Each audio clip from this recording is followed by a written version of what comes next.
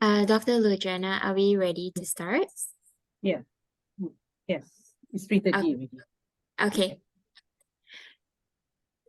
Sorry, can I just double check if it's recording? You're recording it, right? Yes. Yeah. Okay, yes, I'm recording. All right. Yeah. Good afternoon, ladies and gentlemen, distinguished guests and esteemed participants. Welcome to the Enhancing Inclusive Education for Special Needs Learners sharing session. My name is Denise, and it is my great honor to be your MC for this event. This event is organized by Taylor's University Impact Lab Education for All as we strive to promote inclusive education and empower educators. We hope that today's session will inspire you and provide valuable insights. And without further ado, let's get started. We are gathered here today to explore and celebrate the incredible work being done in the field of inclusive education. And our guest speaker here with us today, Cikgu Kumaresan Muniandi, RISE Educator Awardee, is a true inspiration, and we're so excited to learn from his expertise. Now, before we begin, we would like to make a few housekeeping announcements as usual. So firstly, please ensure your microphones are muted throughout the session to minimize background noise and interruption to this session. Secondly, we encourage everyone to use the chat box to ask questions or share insights throughout and especially during our Q&A session, which we will have later. Thirdly, we would like to take a virtual group photo for keepsake purpose. So may I kindly ask everyone to switch on your cameras for this moment of collective celebration. I'll just give everybody probably a few seconds to get themselves ready.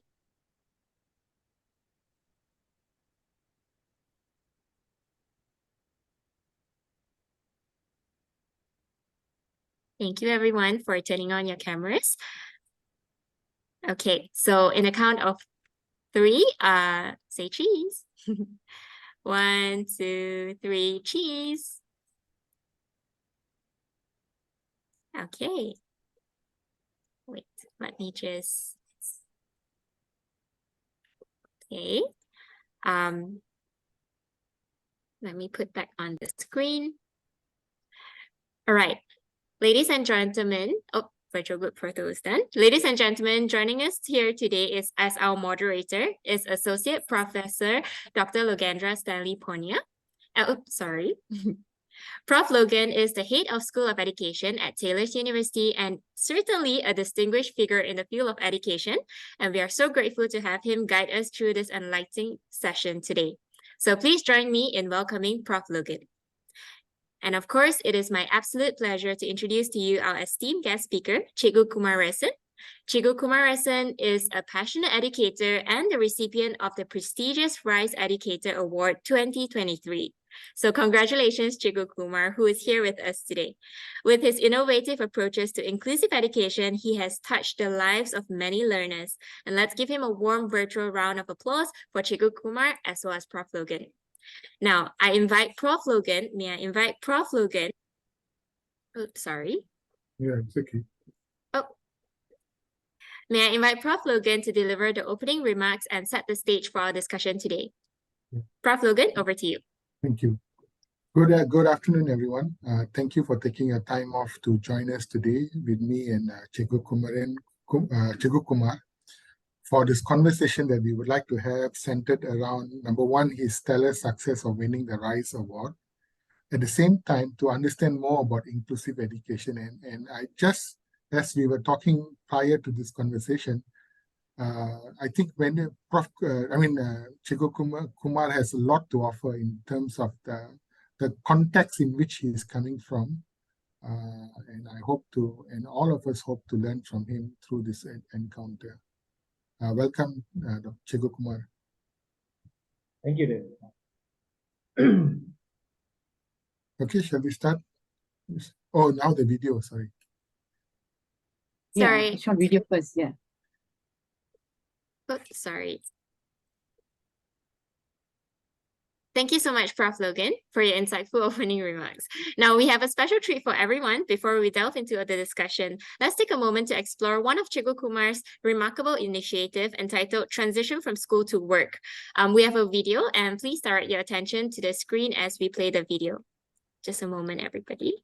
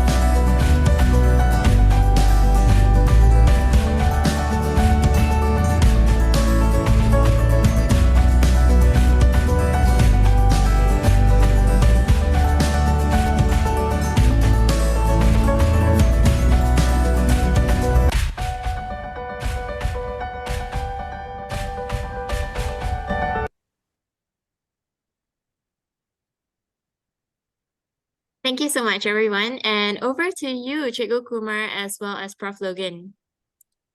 Okay, thanks, Dennis. Cikgu Kumar, this was very impressive. I mean, you have a long series of activities that you do in your school. But before we start, I think the best place to start is with you.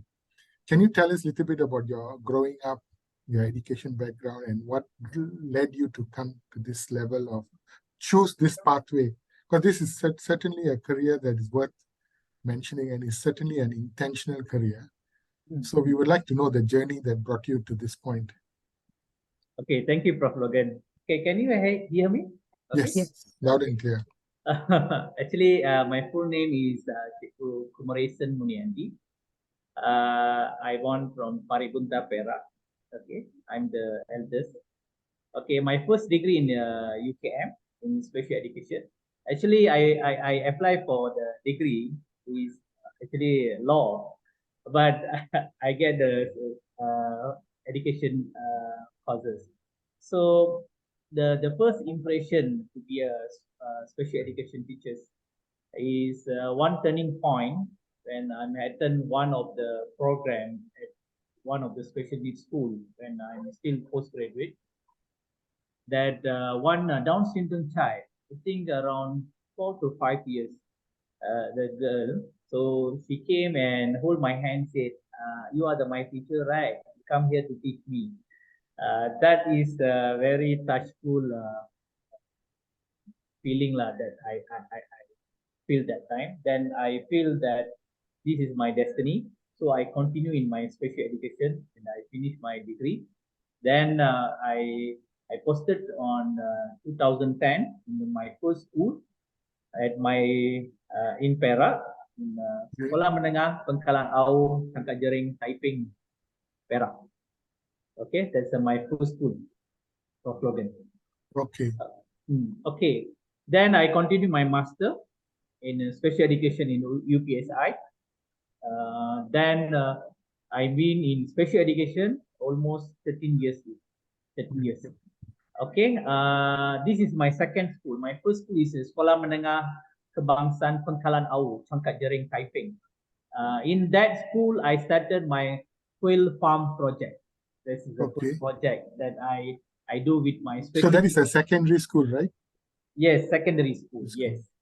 Then the second one, this is my previous school, Sekolah Menengah Pendidikan Vokasional Merbok. Here I am teaching laundry and housekeeping in Malaysian Skill Certificate level 3. Okay, SKM. So I'm married person. I have 2 children, 1 boy and a girl. My wife is working as a staff nurse in the hospital. So this is about me, Prof. Logan. So, thank you. So it's almost 13 years already in special education, and I feel hunger to learn a lot of things from these children. You know, actually, these children can teach us a lot when we sit with them and talk with them. I said the Malays always say the membawang, I think. So we get a lot of things. I learned a lot from these children. Most of them is Malays, the children, but they also pray for me also when they're praying. He said, give a lot of recipe for the Cikgu Kumar or anything. So very good. My prof, I just mentioned one words from my prof. He said, only the chosen person can be a special education teacher to teach these special needs. So that is, I may be selected. God choose me. Yes.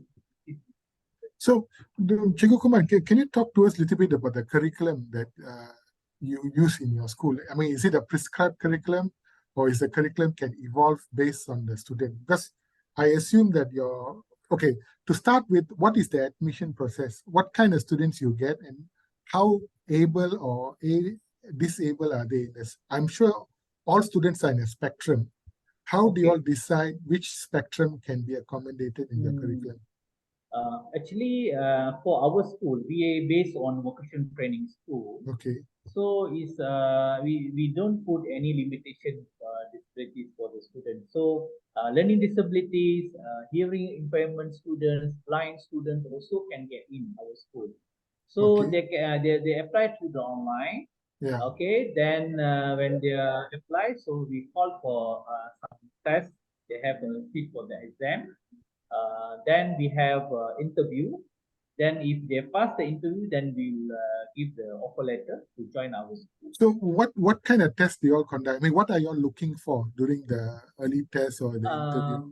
Actually, our curriculum is not under our Ministry of Education curriculum, because we are using the curriculum from the KPK for the Human Resource Department. It's under Skill Department. KPK is Okay. under Human Resource Ministry. So it's under Malaysian Skill Certificate Program. Okay. So the syllabus, the NOS, National Occupation Skill Standard, that is the curriculum that you're using in our vocational schools. So the first thing is the children can must be a 3M lah. They must can read, write, can count, everything. That's the basic thing. Second is so y'all are quite I mean, y'all are quite not to say serious, but you really look for the 3M lah. Membaca, menulis, then that's definitely we have, because our curriculum in Malaysian Skills Certificate Curriculum NOS, because we have a theory exam and we have a practical exam. So for the theory, the student must have to read and answer the theory question. No? How different? I mean, okay. Basically, I'm asking is this. Let's see if you are comparing a regular school. Student goes from standard 1 to form 3 before they come to vocational school. What level of academic work you're looking at? Is it very complicated, like form 1, form 2, or is it standard 4, standard 5? No. It's not a very high level that we are looking for the students. Okay. The first thing, the student must be in the PPKI, the Integration Program School. Yeah. So once they are in the school, they have own their vocational training at the secondary school. So we offering the same skills, vocational training that they are learned in PPKI. So like bakery, pastry, like culinary, FMB, and so on. Okay, so they have to apply. And some of the students apply 3-4 times. The 5th time they can get the offer lah. Because what is this? We have the interview that we ask the student do some amali, the practical. So we see from there what they can do. So if the student is eligible for the practical, so we take it. It's not very strict one to choose the students. So do the student choose the skill, or you all find the fit based on the student's ability? No. When they apply, they choose what course they want to take our school. But we just to make sure that the student is compete with the courses lah. That's why we have interviews and do some practical tests. Okay. Is there any exception? Okay, for example, because I want to go back, because most of the time the entailers we deal with learning disability. So how do you, is there a section for learning disabled students or learning challenged students? Okay, in our school, most of them is a learning disability students. We have autism, we have slow learner students, most of them. So we in special education, we have 3 categories of students lah, like low function, moderate, and high function students. So most of our children here is a high function student, and we also have one courses that we are offering for hearing impairment students, for the deaf children. That is the Econ, and one is Jaitan Creative lah. These courses is to offer for them. So for now, we didn't any blind student here. So the skills, the skill sets that you all are teaching is, the curriculum is crafted by yourself or by somebody else, and what criteria do they use to design the curriculum? Okay, we are using curriculum is a National Occupation Skills Standard. That's the curriculum that provided by the Jabatan JPK lah, because under Human Ministry, Human Resource Ministry. We take that curriculum, but we modify with our level of students. Can you share with us some of the modification? Because those are, I think our students also would love to know. What are the modification? Why you made the modification, and what was the students' interaction with that modification? Okay, Prof. Actually, in our schools, okay, when we are using the NOS, the curriculum from the Human Resource Department, Yeah. okay, the NOS is fixed, it's fixed with the industry because the industry person create the NOS, okay? Okay. So we have another part is we call written material instructional. We call WIM, written instructional material, WIM. So in WIM, we create the what they call the material for the students to learn about these skills lah. So we have assessment paper, we have information sheet, we have practical sheet. These things all we are modified with level of our students. That means we are using visual learning concept. That means our student, when we come for the skills, we cannot teach them like at the university, at the college, just lecturing or everything. So they have, we have to provide them more picture, action on picture. So when I teach about how to do housekeeping, okay, so I do one concept we call work schema. That means each of the learning process, each step, I put a picture. So when the student doing the practical, if he or she or forget anything, they go and refer the picture. So they call we have what call a work schema program. That means we providing learning using the picture. So the student can learn by using the pictures. So that's the first method. Second is we are doing peer-to-peer coaching system. That means in this class, so for example, in my class, we have 8 to 10 students. Okay, I will pick up 2 students, the high function students. I will train personally on them about all the skills, everything. They become a teaching assistant in my class. So they will teach and coach their friends in their level because they also OKU. There's a disabled person also, right? So they can teach the other students. So our limitation is very low. So when they teach in certain incorrect, then I will go and correct the things. So otherwise, I'll let them to teach. So that's we using peer-to-peer coaching system. Okay, that's the second. The third one is, Doctor, I create a real working environment setting in my school. So we are preparing our students going to work environment. Okay. So we bring the work environment come to the school. So we prepare, we give them uniform. We have a punch in and punch out machine, clock in and clock out machine. So whenever they come to the class, they have to clock in, and when going back, they will have to clock out. This is kind of we making an environment exactly at the working environment. So this is the thing. Then final is we send them to the industry. At what level? At what stage? In second year. In second year. No, by the way, your program is how many years? How many years is your program? My courses is 3 years. 3 years. 3 years. 3 years courses. So I send it my student when they're second year and third year. So we send to industry, whatever they learn from school, they go and implement that industry in the industry area lah. So there we provide the what we call checklist about the skills that are given to the supervisor to make sure that all the checklists are fulfilled. If any of the checklist is not fulfilled, the supervisor will let me know. Then we remove again, give the training again, and throw back to the industry again to make sure they can do the exactly what the norm requires. Okay. So this one, when you send them to industry, how did they? I mean, besides teaching their skill, what else do you all emphasize in your curriculum? We have another one is advocacy. That means teach them how to communicate, two-way communication, like present the paper, present the assignment, all this one. And also some of the students we go for the innovation competition. That's the Okay. thing.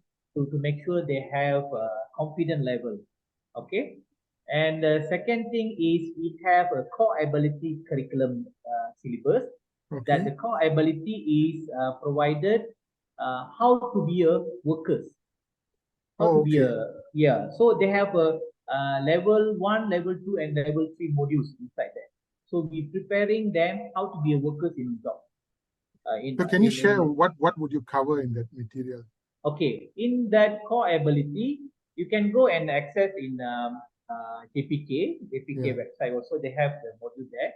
Okay, what we cover in that module first is about the communication, language communication in the workplace, integrity, how to manage the work that we given by the supervisor.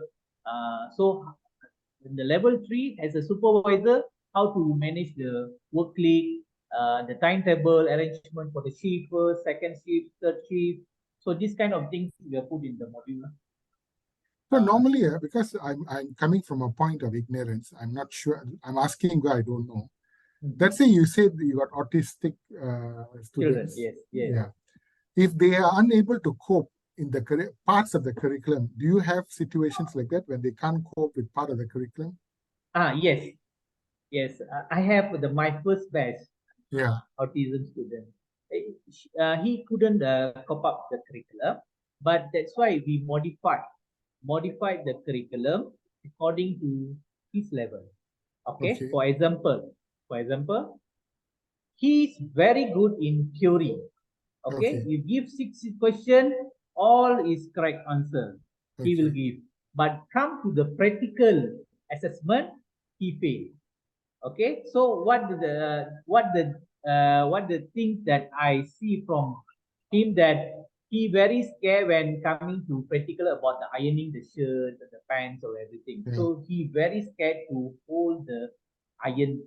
Okay. So I took around 6 months to train to make sure that he can hold down the iron and he can iron the shirt or the linen according the step. So I using the easy book. Easy book is picture. First step, what is the picture? Second step, third step, fourth and fifth. So sometimes he forget. Maybe first, second, third and fourth is he remember. When come to fifth, sixth, he forget. So he using the easy book to remind back and do the step correctly. So I take 6 months to do the intervention for children, and we do personal coaching for this student to make sure. Then finally, he graduate and pass a Malaysian Skills Certificate level 3. Now his father opened a small laundry shop for him, and he doing some taking the linen or the clothes for the ironing. He's very good in ironing. So his father set up a small laundry shop for him and some of the kind of autistic children join together and they do the startup. Okay. So now when students come to you, they are coming to you, as you said just now in our pre-conversation, you said they come to you when they are 15, 16, right? Yeah, mostly 16. Mostly 16 above. 16 above. So and they're coming from home. Most of them come from home, right? Living in a family environment. How do you then accommodate living in a boarding school for the first time? You could be emotionally challenged. How do you accommodate this? Because even normal children have a lot of stress when they go to live in a boarding school for the first time. Yes.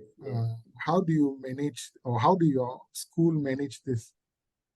Actually, I'm also a hostel warden also. Oh. So I can share. Okay, actually, our students, when they come to our school, they already come out from the comfort zone. Okay. The comfort zone is when they are studying in PPKI, by 1:30, they're going back to home. Okay. Saturday, Sunday, they're staying with their parents. Okay, but here we just let them go when the very long holiday, then we send them to ask them to go back. Okay, the first thing is we have the orientation program for these children when they enter our school, for the hostel, for the asrama. Okay, the first thing is we teach them how to become independent. The first thing is wake up earlier. Okay, we have pembantu pengurusan murid, we call PPM, who are taking in charge of them. Okay, so they have to wake up earlier, go take a shower and everything, prepare for the what they call the prayers, for the early morning prayers, and they have to clean up their room. So one dorm we have a 10 bed, so 10 students is staying in the inside, and we also teach them how to do laundry for their own clothes and their own clothes. And we have a counselor if some of the students have having issues like what they call they call some emotional that they want to go back. Sometimes we have the some of students staying in the hostel in 2 weeks, 3 weeks, and they have having a problem, want to going back. So we send off to their parents back. Then we do some program lah, intervention to give 2 weeks staying in hostel, and then he can go weekend. So this is things that we try to do to make sure they can stay in hostel. So, and weekends we have a lot of activities, outing, we have games, sports, to make sure they're occupied all the time when they're at the hostel. So at school they have a lot of programs, a lot of the classes, practical and everything they have to do. So the time is normally occupied lah with the activities and everything of that. Do you have behavioral problems, sir? Or before that, is your school single co-ed or single ed? I mean, do you have boys and girls or just only boys? Because your We pictures have boys and girls. Oh, okay, in the same school. Because that pictures is my first and second batch of my students. Okay. So now we have girls also in my course. So we have boys and girls. We have 2 hostels, one for the boys and also for the girls. Do you find them? I know as a teacher we won't admit, but how do you cope with the behavioral challenge? I mean, if they don't comply and all that, because partly most of them grew up at home. Their mothers are very accommodating. So when they come to a school, they need to be a bit more formal. Actually, how do they transition this? Okay, that's why when they are in PPKI, they have a transition program from secondary school to this kind of boarding school. They have a training at the school. Behavioral problem is all the students we have lah, but it's a very low level. But sometimes the parents, when we're talking to the parents, they're more excited. Their children is okay at the hostel because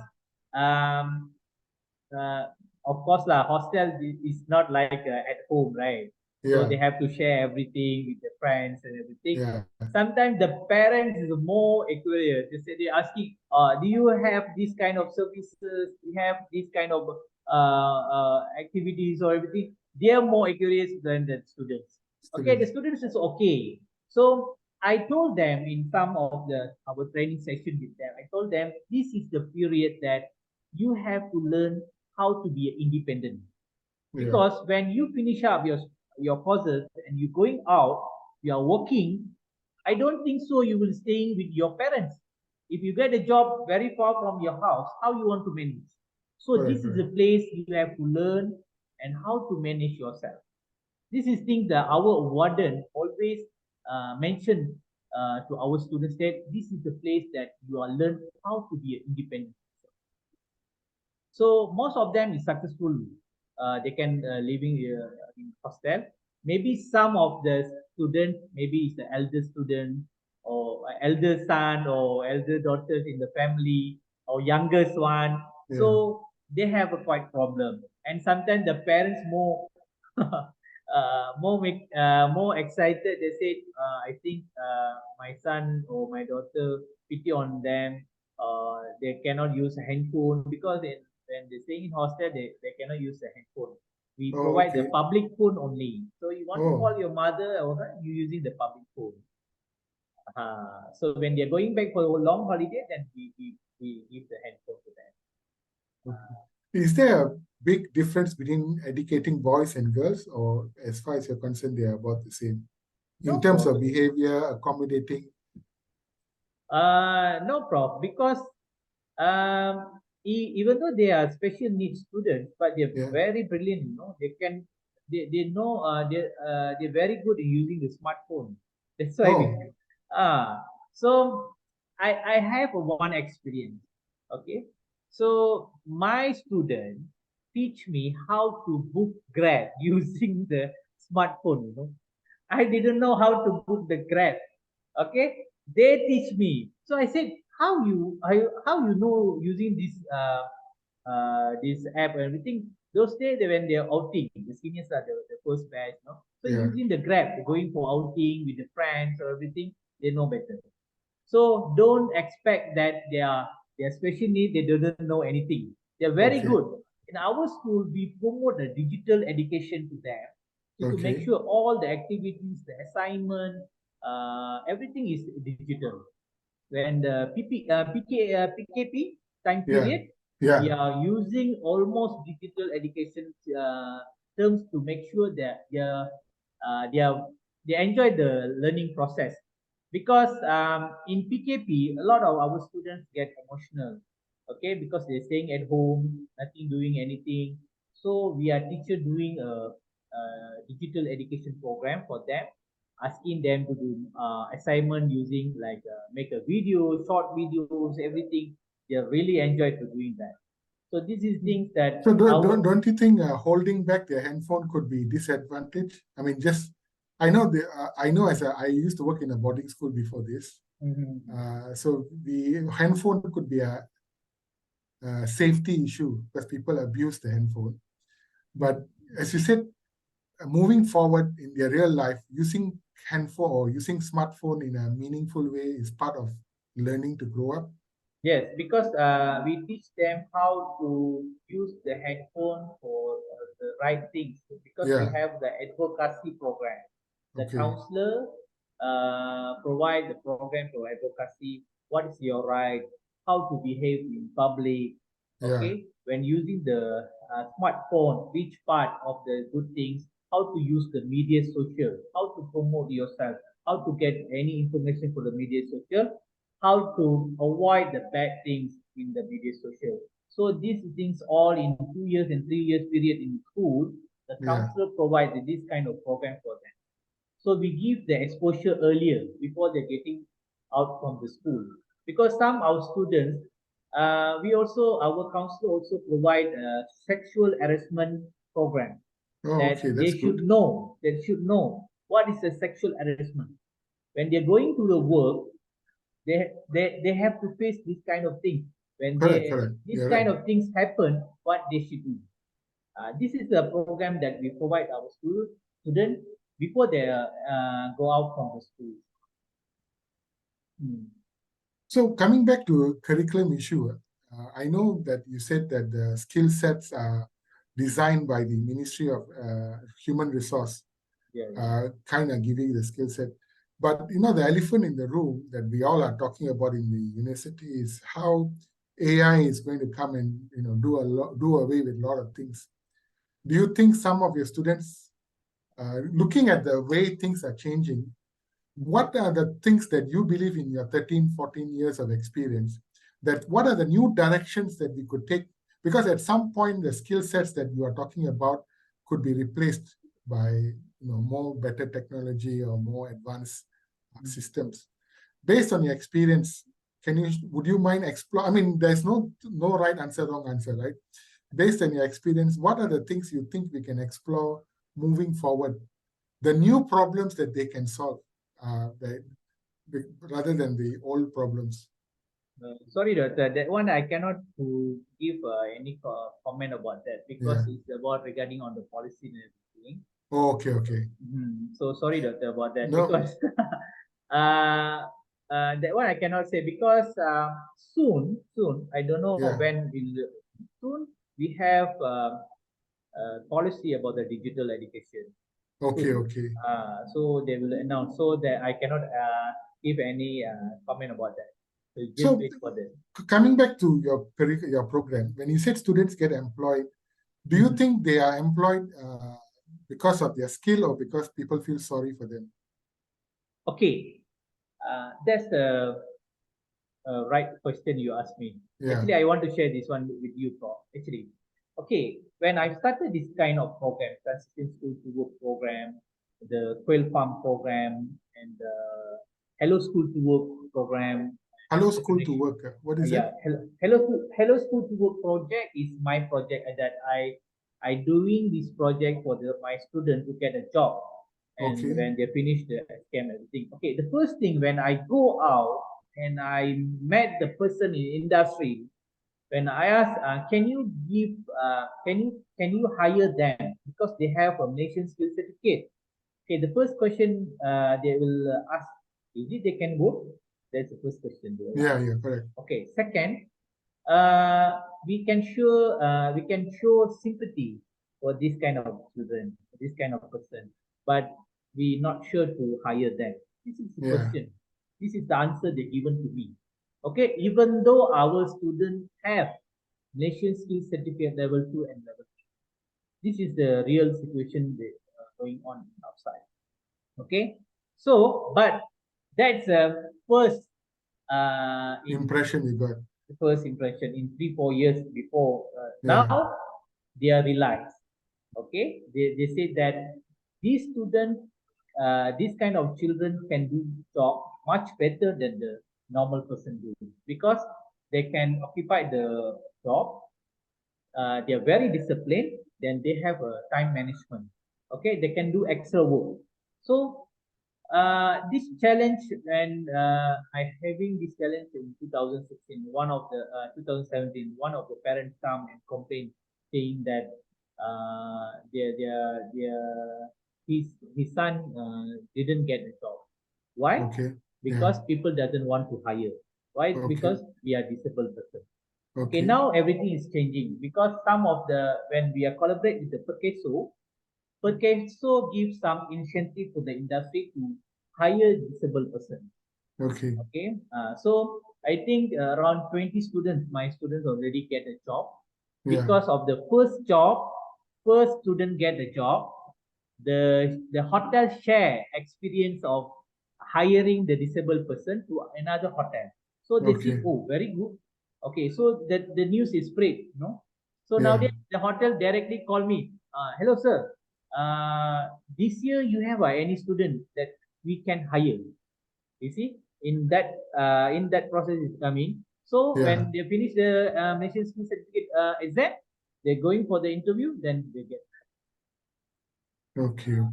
But before that, even though they have the nation skill certificate, the employer still saying, okay, we try first, or never mind, I will call you back.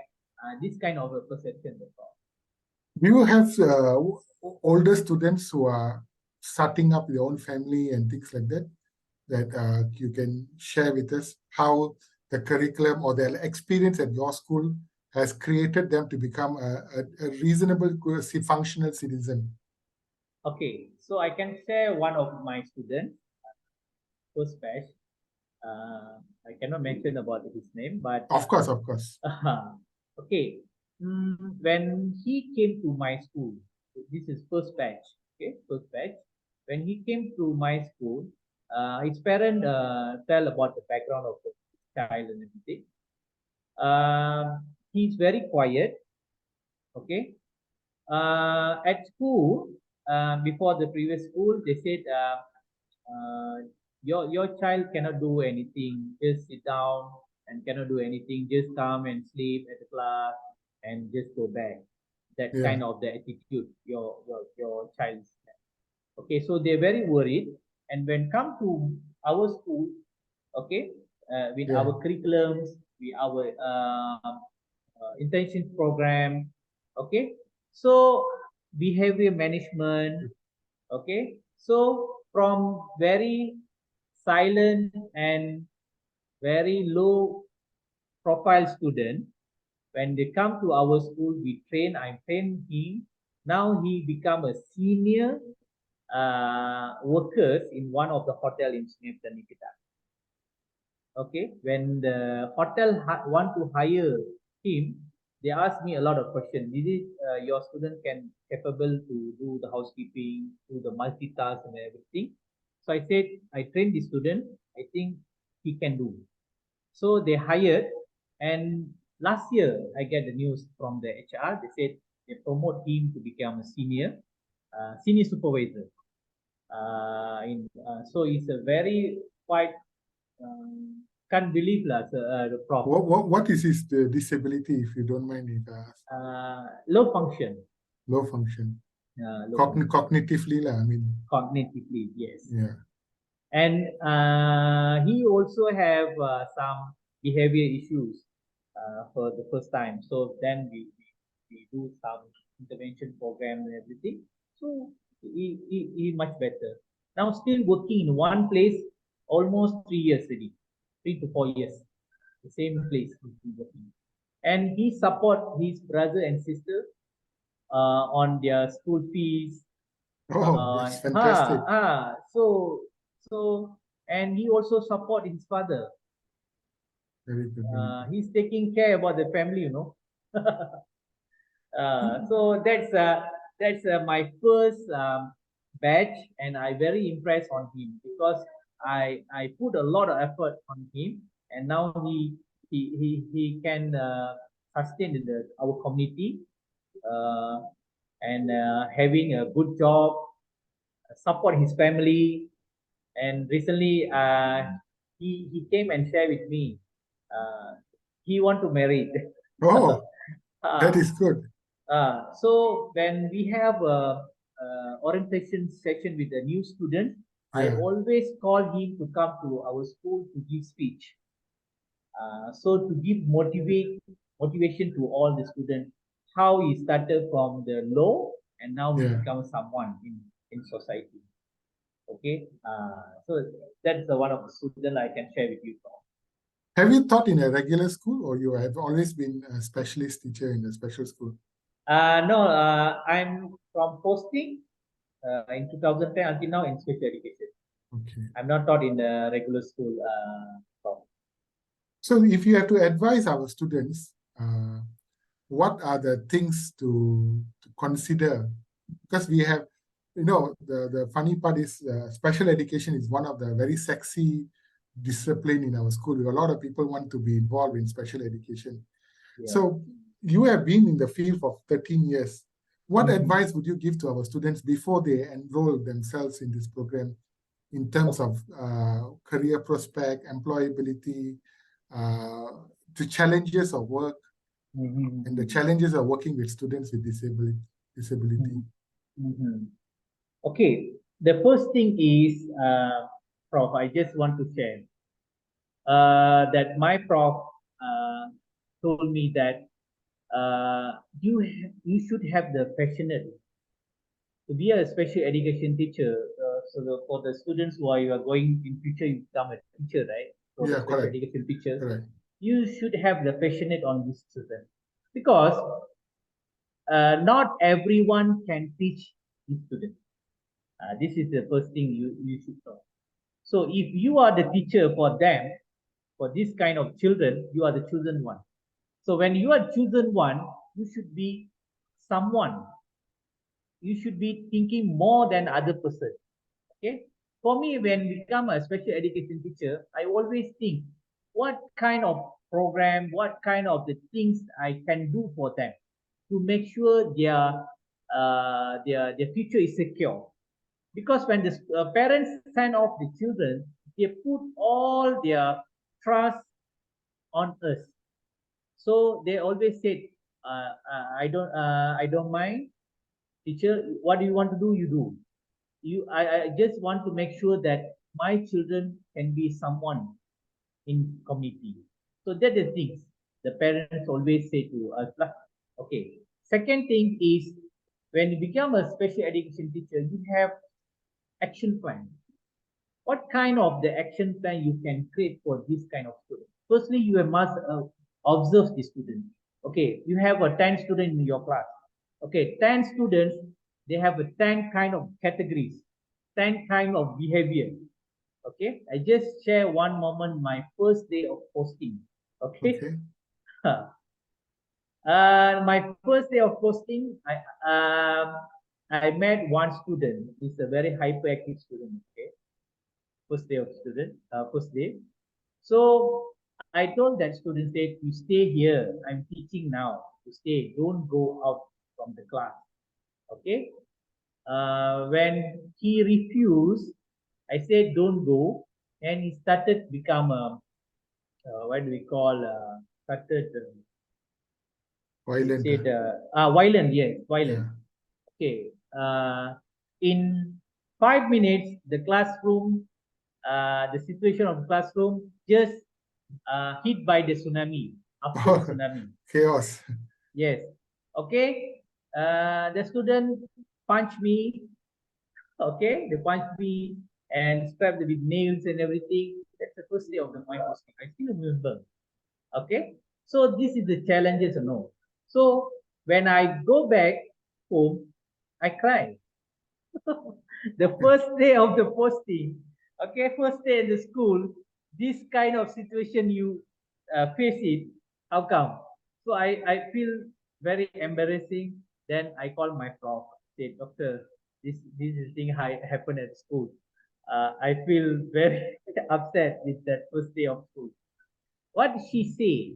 That what kind of the valuable of your degree if you cannot solve this kind of problem? Go and find out why we behave like that. Okay, go do some assessment, go do some observation.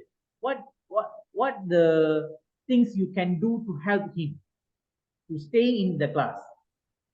Okay, when I do a lot of research, I do some assessment, observation, everything, prof. Then I finally find out that this kind of student we can do some modification on behavior management or everything. So I do 3 years. I take 3 years to do the behavior management. Finally, he can stay at class and continue with the lesson. Okay, so it's not impossible. Nothing impossible in our special education world. Okay, nothing impossible. The thing is how you want to react of this situation. Okay, how to become more creative.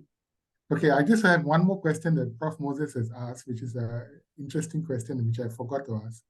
Yeah. When you put your class together, is it inclusive of different disability or the same disability together? Because how does the role of inclusive education play in a school setting like yours? Okay, our school, almost all our students is special needs students. Correct, We but don't there are different needs, right? Yeah, they have a different needs. Okay, they share with same dorm at the hostel. So we provide the inclusive education like my principal always recommend, always encourage all the teachers bring out the students going out to attend the activities, competition, sports, everything in outside to make sure that they collaborate with the mainstream students also. Yeah. Okay, in our school, we have a hearing impairment students and we have a learning disability students. Correct. So they have some barrier in communication because the hearing impairment student, they have using the sign language, right? Yeah. So the learning disability person, we put the hearing impairment student and the learning disability person in one dorm in hostel. Okay. We mix them.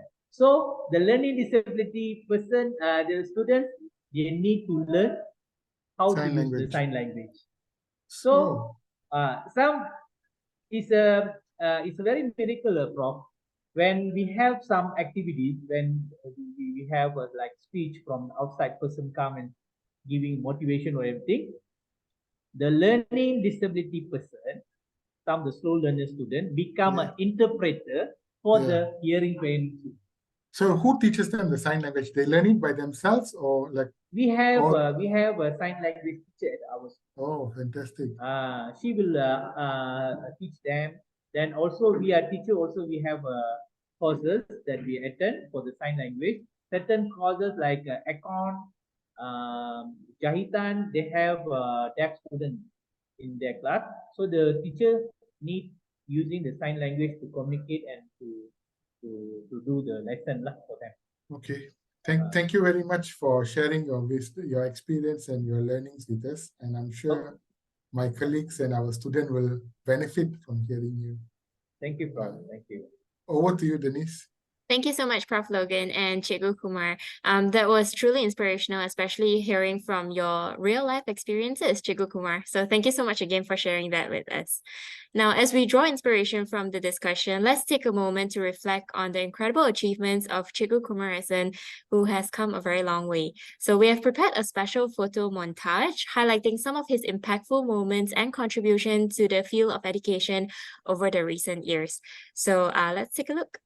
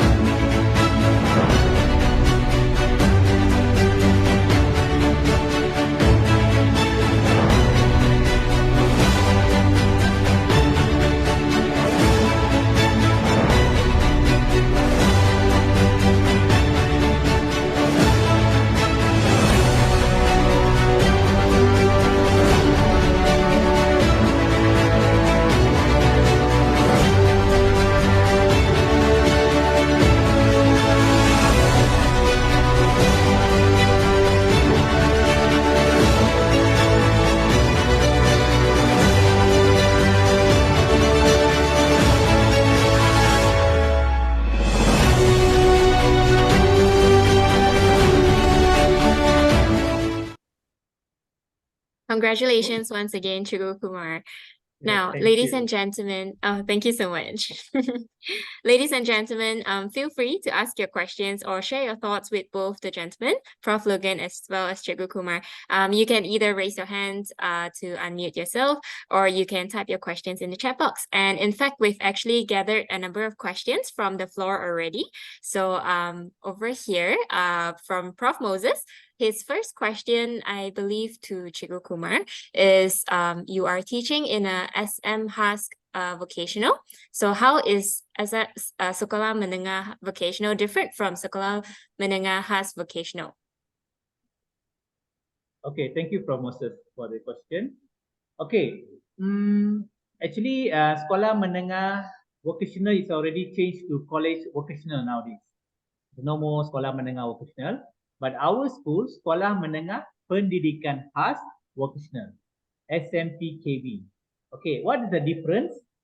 The college vocationals, they're doing also the same things. They're using the Malaysian Skills Certificate program, and we also same doing that thing. But we have limited courses that we are providing for our students, because what the courses that we are providing is we make sure that our students can do and can complete the courses within the duration of the time. Okay. And second thing is, most of our children in our school is a special needs. Okay. So the difference is from the college vocational in our school is the way of teaching, the way of the modification program that we are providing for them, and the way of the assessment we do. Okay, for example, like theory assessment, if the student cannot able to read the question, we can ask them like, we just a normal question, we just asking, okay, what do you know about the standard operation procedure? You can ask dual communication, so they can give the answer. Okay, so it's not like they have to sit exam exactly like the some of the mainstream student doing. We have a specific time for exam and everything, so we can do modification way, like we do some project assessment, practical visual learning program, these kind of things. We take assessment from this kind of method. Thank you, Cikgu Kumar.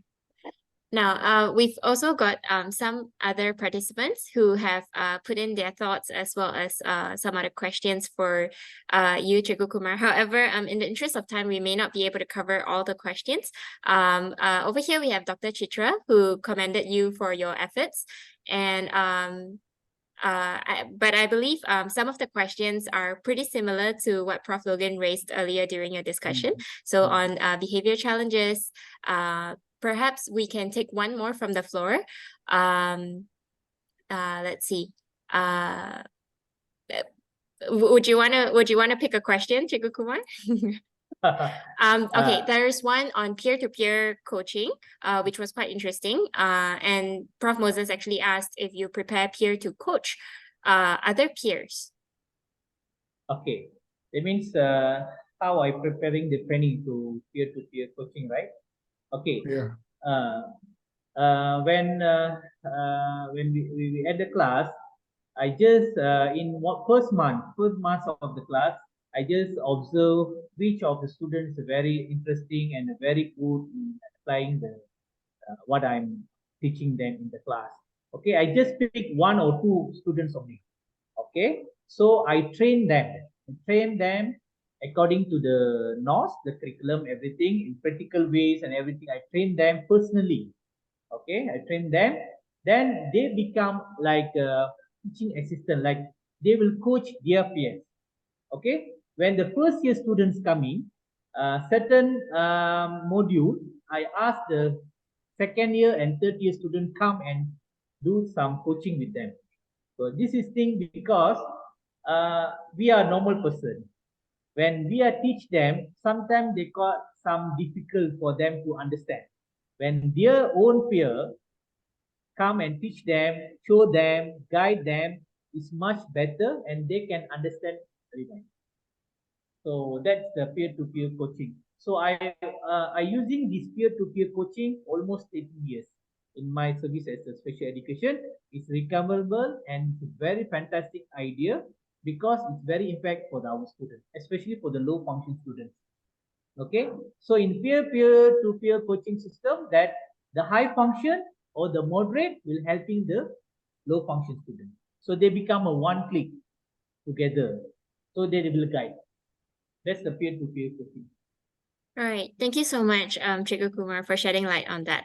Now, ladies and gentlemen, apologies because in the interest of time, we are not able to address everybody's question, but thank you so much for participating and for the questions as well as your comments in the chat box.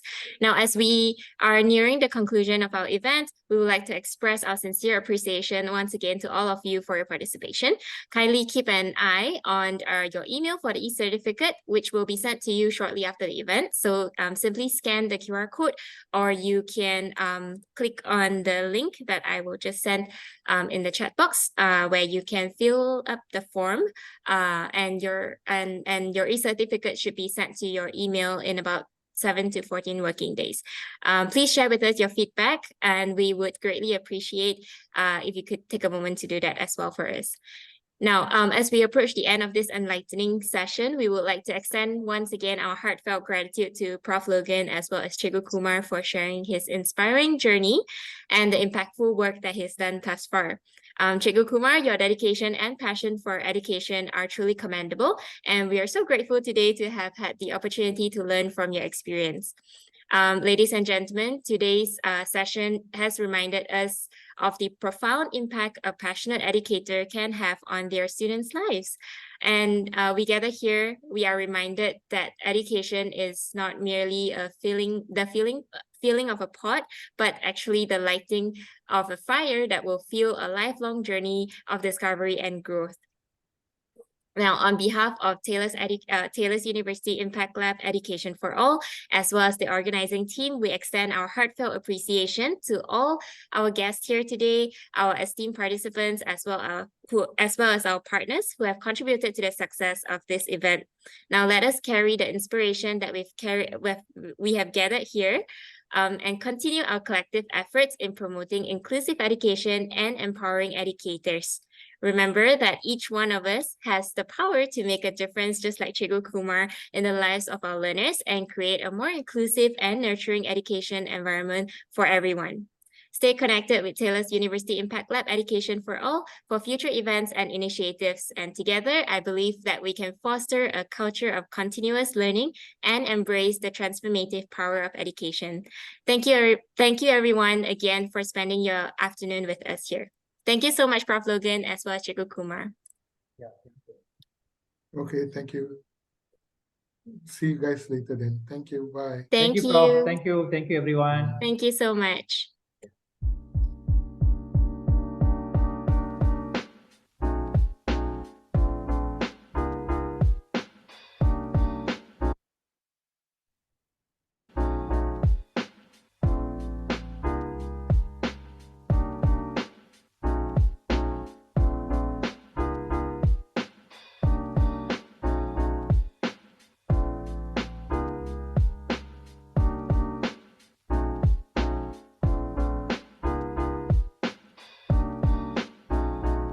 Okay, I think Denise can stop sharing screen. We just want to have a quick close.